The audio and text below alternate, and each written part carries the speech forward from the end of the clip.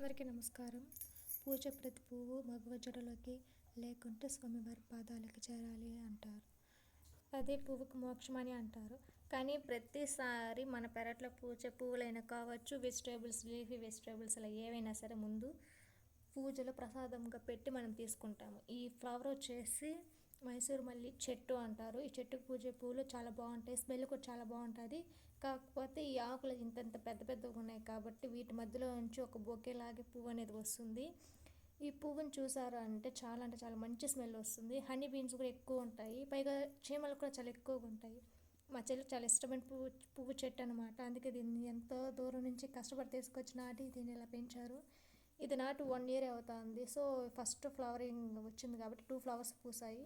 ఇంకా అమ్మ ఈవినింగ్ దీని ఈరోజు వైకుంఠ ఏకాదశి కాబట్టి తీసుకొచ్చి పూజలో పెట్టారు. మీ అందరికీ వైకుంఠ ఏకాదశి శుభాకాంక్షలు. ఇప్పటికే పండుగను చాలా బాగా సెలబ్రేట్ చేసుకుంటారని అనుకుంటున్నాను. లాస్ట్లో మొక్కతో ఇలా నా సెల్ఫీ.